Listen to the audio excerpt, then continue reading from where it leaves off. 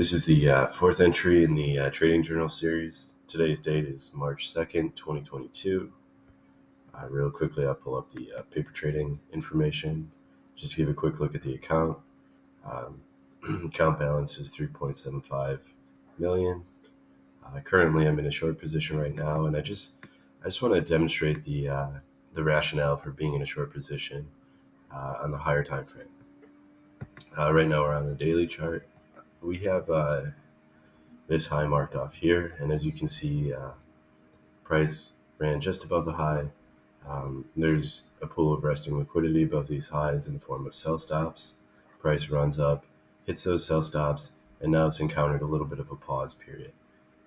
It doesn't necessarily mean it's going to collapse, but when we see price go up there and then come trade back down and start to consolidate underneath the liquidity ran, that's sort of a warning sign that this may be a intermediate top, not a macro top, but just an area where price might retrace.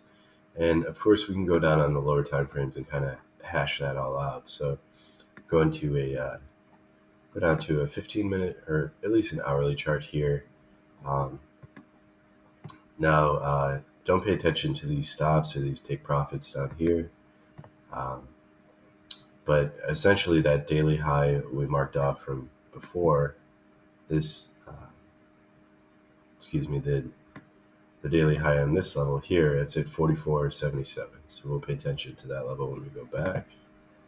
So now we're on the hourly chart, and you can see how cleanly price ran just above those highs, right? And took out the sell stops above 44.77 and sort of traded down. It did a little bit of a retest here, came back up.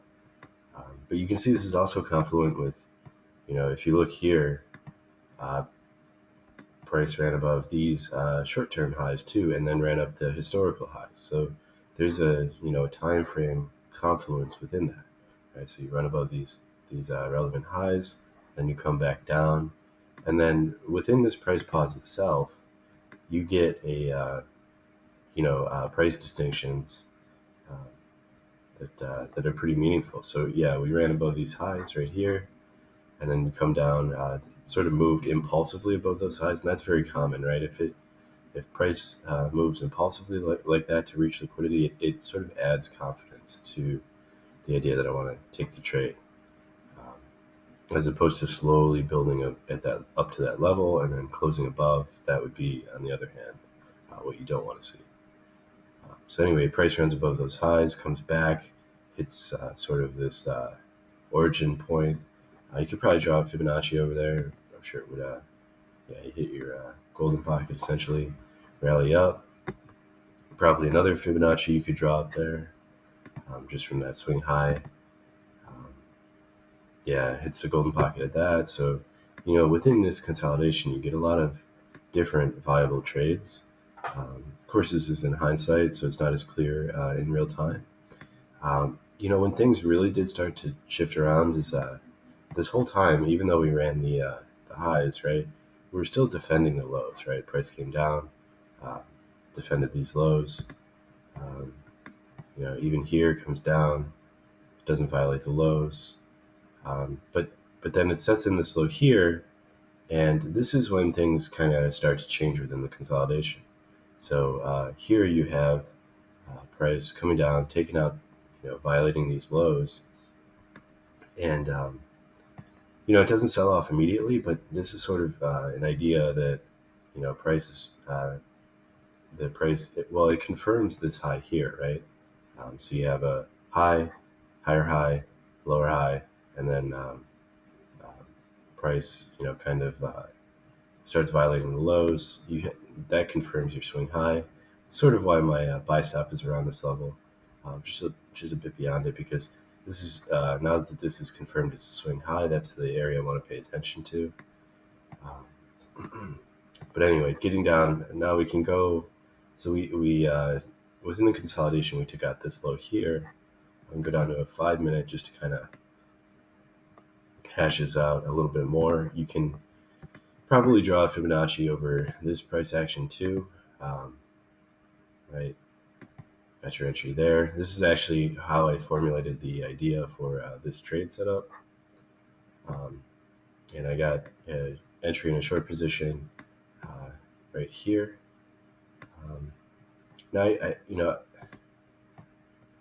you could use these highs to manage your position, but I just like the nature of the swing low formation, or I'm sorry, swing high formation as a method to manage my risk, because I'm not really zeroed in on the low time frames. Um, we had this very impulsive move, so um, I don't necessarily know that price will retrace, but if price does retrace to any degree, I want to be in a place to take advantage of that. Um, so right now I have a position that will allow me to do that. You can see here, sort of right before the New York session started, um, you get this little bit of a mini stop run here, just above these highs, and then price collapses below these lows, bounces a little bit, and now we're just running up into these lows currently. Um, my my you could take profit here, just based on the nature of the volatility we've seen recently. Kind of expecting a little bit more volatility, so I don't have my initial stop until down here, but you could certainly make a case for playing the market a little bit tighter. But anyway, that's this is the fourth entry in the Trading Journal series. New York session is opening just now. Hope you guys found this useful.